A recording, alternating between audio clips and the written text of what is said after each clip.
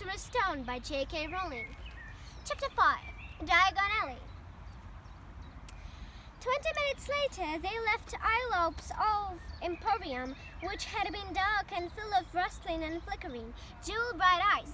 Harry now carried a large cage which held a beautiful snowy owl, fast asleep with her head under her wing. He couldn't stop stammering his thanks, sounding like Professor Squirrel. Don't mention it, said Hagrid gruffly. Don't expect you've had a lot of presents from the Dursleys. Just Ollivanders left now. Only place for wands. Ollivanders, and you're gonna have the best wand, a magic wand. This was what Harry had been really looking forward to. The last shop was narrow and shabby, peeling gold letters over the door of Ollivanders. Makers of fine wands since 382 BC. A single wand lay on a faded purple cushion in the dusty window. A thinking bell rang some from the depths of the shop as they stepped inside.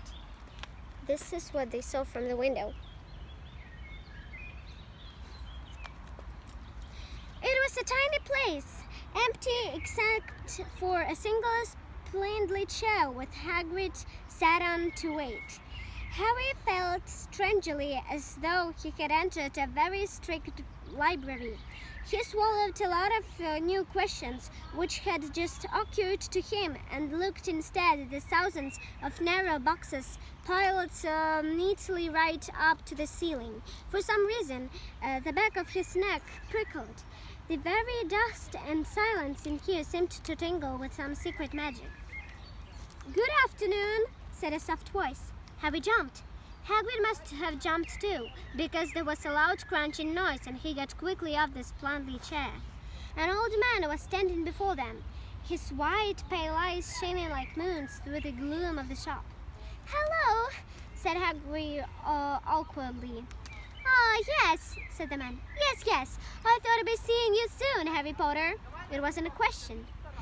"You have your mother's eyes. It seems only yesterday she was in there herself, buying her first wand, 10¼ inches long, swishy, made of willow. Nice one of charm walk." Mr. Ollivander moved closer to Harry. Harry wished he would blink. Those silvery eyes were a bit creepy. "Your father, on the other hand, favored a monography wand, 11 inches, pliable, a figuration. Well, I say your father favored it. It's really the one that chooses the wizard, of course."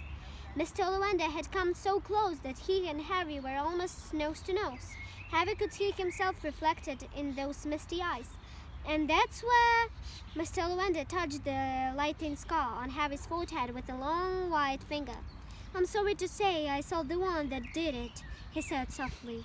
13½ inches. You. Powerful wand. Very powerful. And the wrong hands.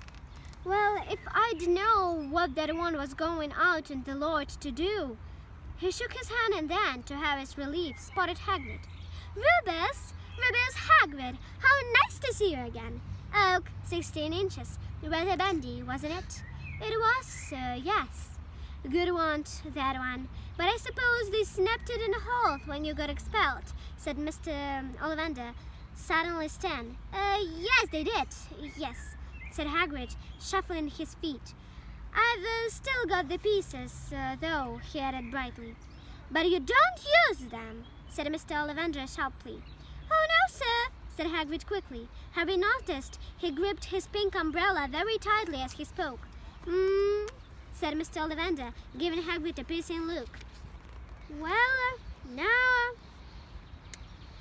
Mr. Potter, let me see." He pulled a long tape measure with silver markings out of his pocket. "Which is your wand arm?" Well, I'm right-handed," said Harry. "Hold out your arm. That's it." He measured Harry from shoulder to finger, then wrist to elbow, shoulder to floor, knee to armpit, and round his head. As he measured, he said, "Every Ollivander wants to measure had a core of oval magical substance, Mr. Potter. We use unicorn hairs, phoenix tail feathers, and the heartstring sound dragons. No two Ollivander wands are the same. just as no two unicorns, dragons, or phoenixes are quite the same.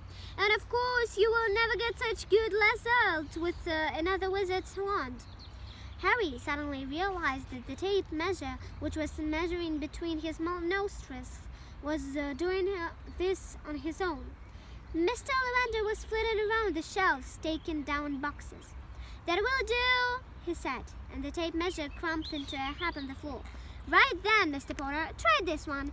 Beechwood and dragon heartstring, 9 inches. Nice and flexible. Just take it and give it a whack." Hagrid took the wand and, feeling foolish, waved it around a bit, but Mr. Ollivander snatched it out of his hands almost at once. "Maple and phoenix feather, 7 inches. Quite whippy. Try." Harry tried, but he had hardly raised the wand when it, too, was snatched back by Mr. Ollivander. No. Here, a bunny and unicorn hair, 8.5 inches. Springly. Go on, try it out." Harry tried, and he tried. He had no idea what Mr. Ollivander was waiting for.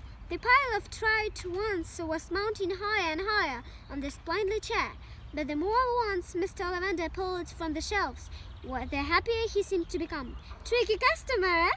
Not to worry. We'll find the perfect match here somewhere. I wonder now. Yes, why not? Unusual combination. Holly and phoenix feather, 11 inches. Nice and supple." Harry took the wand. He felt a sudden warmth in his fingers. He raised the wand about his head, brought it swishing down through the dusty air, and a stream of red and gold sparks shoot from the end like a firework, throwing dancing spots of light onto the walls. Hagrid whooped and clapped, and Mr. Ollivander cried, "Oh, bravo! Yes, indeed! Oh, very good! Well! How curious! How very curious!"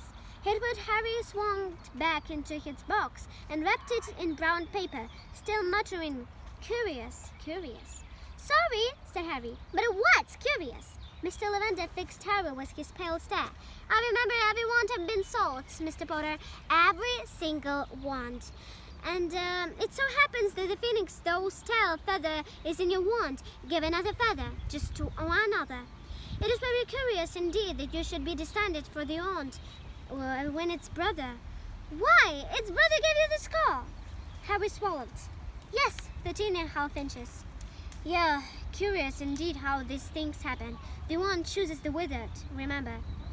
I think we must accept great things from you, Mr. Potter. After all, he who must not be blamed did great things. Terrible, yeah, but great." Harry shivered. He wasn't sure he liked Mr. Ollivander too much. He paid 7 gold galleons for his wand, and Mr. Ollivander bought them for his shop.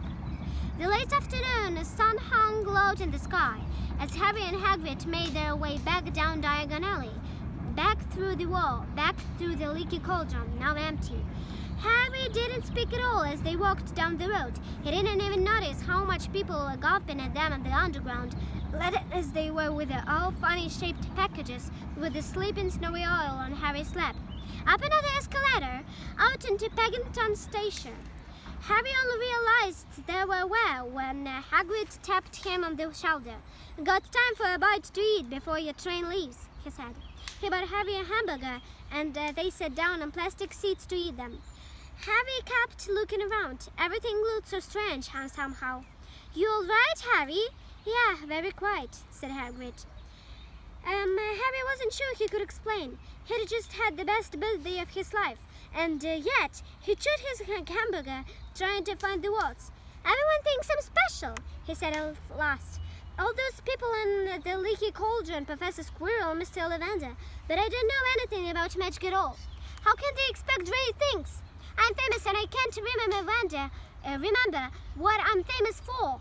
I don't know what happened when the night my parents died." Hagrid leaned across the table. Behind the wild beard and eyebrows, he wore a very kind smile. "Don't you worry, Harry. You'll learn fast enough. Everyone starts in the beginning at Hogwarts. You'll be just fine. Just be yourself. I know it's hard. You've been singled out, and that's always hard. But you'll have a great time at Hogwarts. I did. Still do, as a matter of fact." Hagrid helped Harry onto the train that would take him back to the Dursleys, when handed him an envelope. "Your tickets for Hogwarts," he said. 1st of September, King's Cross. It's all on your ticket. Any problems with the Dursleys, send me a letter with your own. She'll know where to find me. See you soon, Harry. The train pulled out of the station. Harry wanted to watch Hagrid until he was out of the sight. He rose on his seat and pressed his nose against the window, but he blinked and Hagrid had gone.